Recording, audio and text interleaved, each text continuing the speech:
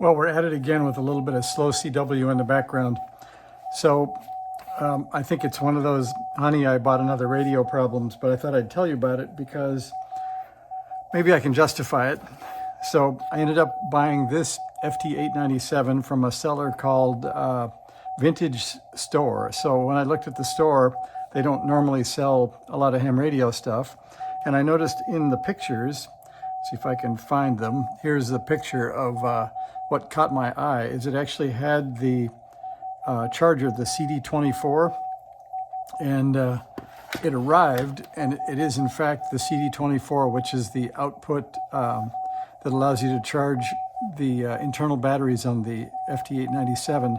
Puts out 16.5 volts at 1.4 amps with either 13.8 or a 24 volt input. And you can see it takes a sort of standard rig power supply connector or this 24 volt input. And this also came with it, which puts out 24 volts at 1.8 amps.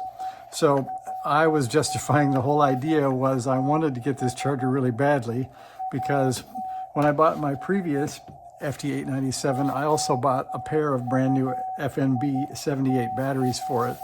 And when you look at these, I've made, I think, 3 attempts to find connectors that fit these batteries.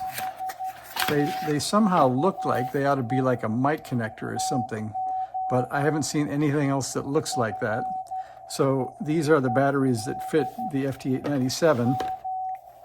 And it's kind of interesting. So we will unplug the charger, which is right now, or not unplug, I should say unscrew and unplug, which is in the back of the radio.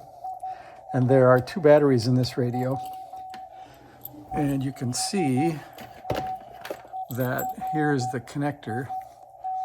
And again, it looks like it ought to be a microphone connector, but obviously it's something unique.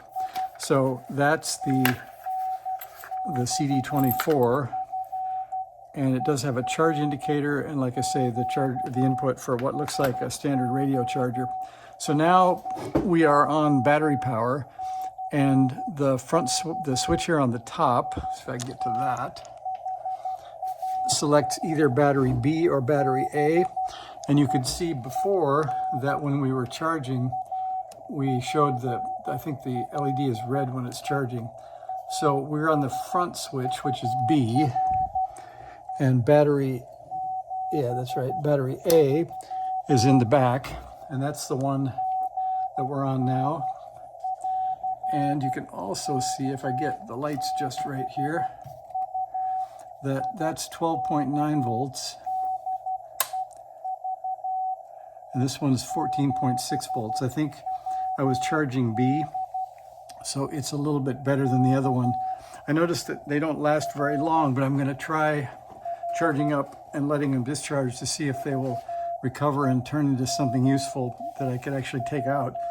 And we'll also try to put the new ones in to see how those do once I figure out if these are reasonable or not.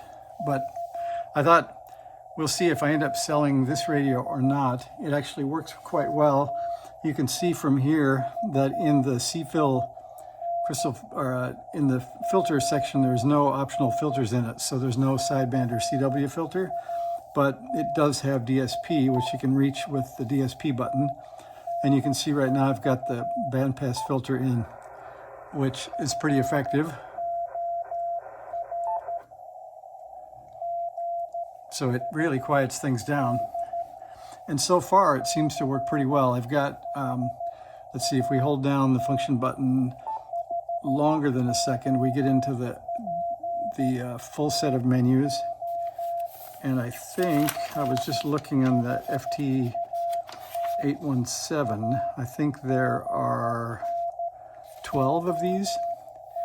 So this is the cutoff for this filter. That's 100 hertz cutoff and a bandwidth of 240 hertz, and it kind of sounds that way. But I was going to get to, that's the DSP mode.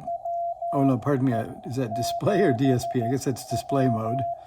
I wanted to get to, there's the CW speed I set to 14, and the side tone level and pitch.